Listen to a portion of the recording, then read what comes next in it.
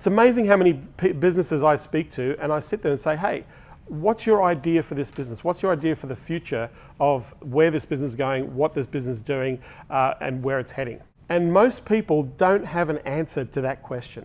So I'm going to give you a version that we do at Breakthrough, right? By the year 2030, we want to make physical therapy first choice for healthcare in the United States, in the Western world. By the year 2030, as a company, we want to make physical therapy first choice for healthcare in the market. And here's why. Right now, if you've got a bad back, can you just yell out who you would call to help you with your bad back? Who would you call? Chiropractor? Who would say chiropractor?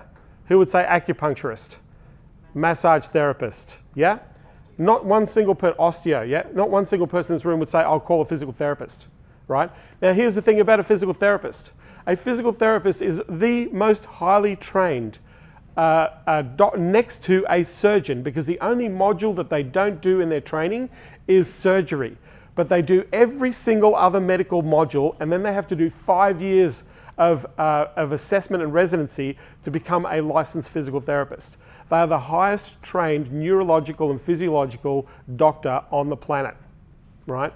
If you've got a bad back, a physical therapist will help you. Now, the reason why our vision is we want to make physical therapy first choice is because this is what happens in America, and it's starting to happen in Australia, and I know it happens in the UK.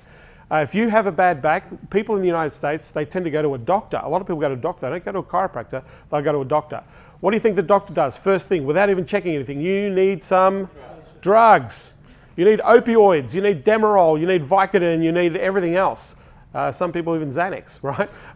But you need all the things, you need something to suppress this pain. I haven't even checked you out, but I'm going to pump you with some drugs, right? So now that you've got some drugs, you feel sort of semi-okay, okay? So I send you away, you're okay, the drugs will take care.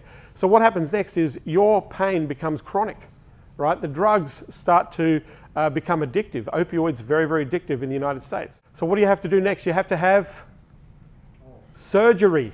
You go from opioids to the pain not being fixed, and now you've got to go to surgery. Now you go to surgery, and at the end of surgery, what does the doctor tell you to do? You need to go and get some physical therapy, right? Now we're going to send you a physical therapist, broken as you are, to try and get the physical therapist to get you back to normal. And the reason why we're trying to flip that idea is because the first point of call is talk to a physical therapist. Now, the physical therapist may recommend that you see a doctor depending on what your conditions are, but they have a plan of care process, and their whole idea is to get you back to normal with non-invasive surgery and without drugging you and creating addiction. So when we talk to a physical therapist and say, this is our vision, do you think they like what they hear? Yeah. That's what they buy. Yeah. They're buying into our vision. We want to make you first choice in healthcare in your community, right? So in our business, our goal, by 2030, we want to make physical therapy first choice. Here's why physical therapy is not first choice. The chiropractic market learned about 40 years ago, Tim, 30 years ago, they started marketing a little bit crazy.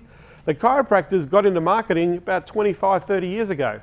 And so now everybody knows that, chiropractors help you with adjust your back, right? Whereas physical therapists, nobody knows that you can go to physical therapists to adjust your back because they never marketed.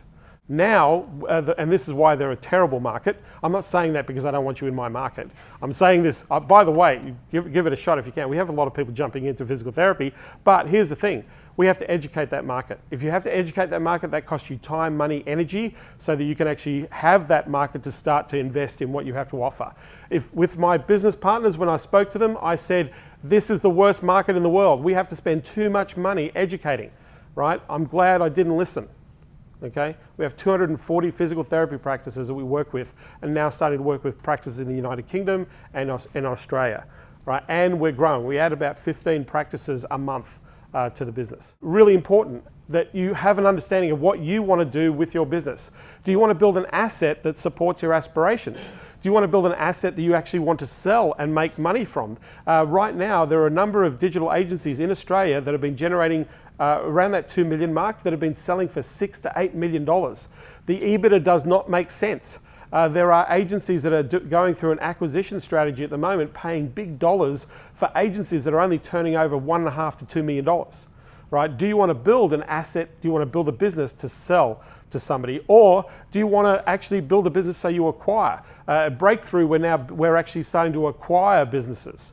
because we see the opportunity to expand into our market, right? So what do you want to do? Why are you doing this for you? Why is it important to you? What is it going to do for you? The majority of people that jump into this game because they've got a little bit of skill, they've seen other people do something, and they want to make some cash, right? That's what they wanted to do in this market, right? The idea is that you want to be building a business. And a business is one, ultimately, that you want to be working on rather than in. So you're going to have systems, processes, people. Most people in the not column, they have no idea why they're doing this, where they're taking this. Because at the end of the day, I know a lot of people in this game that are semi doing okay, but they can't sell their business because they have to leave. As soon as they leave, the business dies. That's not a business. That's freelancing.